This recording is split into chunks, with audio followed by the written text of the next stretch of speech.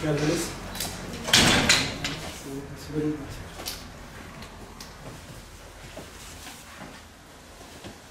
Nasılsınız, iyisiniz? Allah razı olsun, hoş gelmişsiniz. Hoş bulduk. Allah selametinizi etsin. Biz daha birkaç gün önce düğünümüzü yaptık. Malum Gazze'de olan savaştan dolayı eşimle beraber aldığımız kararda işte düğün takılarını dedik getirip sizin aracılığınızla Gazze'ye gönderelim. Allah kabul etsin. Allah mesul bahtiyar etsin inşallah. Çok güzel bir düşünceyle, çok güzel bir hayır kapısıyla gelmişsiniz. Bu takılarınızı, düğüne de gelen takılarınızı getirmişsiniz Filistin için. Allah'ın izniyle biz de sizin hayrınızı ona ulaştırırız. Filistinli kardeşlerimize gider inşallah. Biz bu genelde gençlerimizden bu duyarlılığı bekliyoruz inşallah.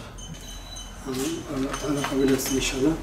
Biz de bunu alıp Allah'ın izniyle Filistinli kardeşlerimize göndereceğiz.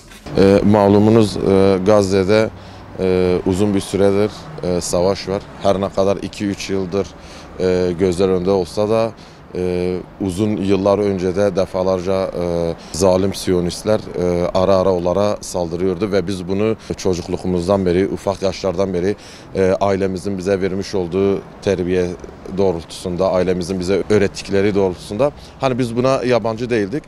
Malumunuz 2 yıldır daha şiddetli bir şekilde büyük bir yıkım ortaya geldi. Her ne kadar şu anda savaş durmuş olsa bile son 2 yılda orada yapılan büyük bir yıkım var. Bunlar hepsi gözler önündedir. Biz de 2-3 gün önce düğünümüz vardı. İşte düğünümü yaptım.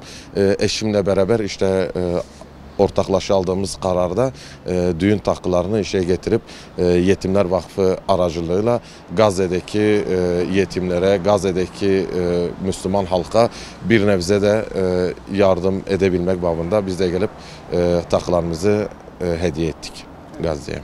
Yani biz yeni evli bir çiftiz. Eşimle de hani karar aldığımız zaman hani bizim yapabileceğimiz buydu. Yani her ne kadar ara ara kendi imkanlarımızla yardım etsek evlendiğimiz zaman da işte takılarımızı getirip verdik. Önemli olan tabii ülkeler arasında devlet başkanlarının da yapabilmesi gereken şeyler var.